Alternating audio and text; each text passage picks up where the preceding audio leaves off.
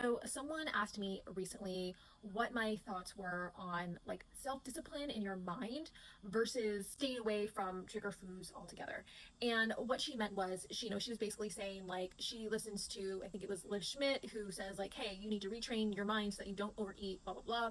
And versus like my mentality, which is, look, I know that I am naturally an overeater, especially when I eat certain things. Like, food addiction is very real, so I just prefer basically to stay away from that stuff, just to not tempt myself. And her question was, well, is that just like a limited belief? Is it just because you keep telling yourself that you are an overeater? Is that why you keep overeating? And it was a fair point, and I think that like two things can be true at the same time. So, number one, yes, power of the mind is very powerful, right? What you tell yourself, what you believe becomes your reality. I definitely believe that. Losing weight, eating better, becoming more disciplined, that starts in the mind first, for sure. So for sure, and I've talked about doing like the skinny girl affirmations before, and I really do believe in that stuff, right? Like telling yourself things like, oh, I get full so fast. Oh, like I prefer healthy foods over sugary foods, right? And so again, I do believe, and you could say something like, oh, well, I only eat just enough, and I never crave more than what I need, right? And that may work. But you also have to remember that there is a very physical component to it, at least for someone like me, right? Like I said before, my brain is just wired differently. And when I eat, say, like a cookie, okay, that's a big trigger food for me, I want to eat 10 of them, right? Like that is just my natural inclination to eat 10 of them.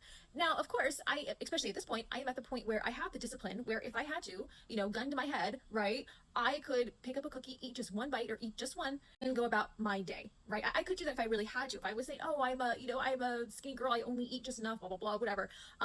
Yeah, I can do that if I really had to. Not like I'm just doomed. Oh my god, I have a cookie, I'm just gonna eat everything, right? That is my natural inclination. But if I had to, control myself, I could. My thing is though, it's like, why even put myself through that? Because I know that it's hard. Just because I can do it doesn't mean that it's not hard. Like after I have a bite of cookie, it's like I want more, right? It's like my brain is like more, more, more, more, right?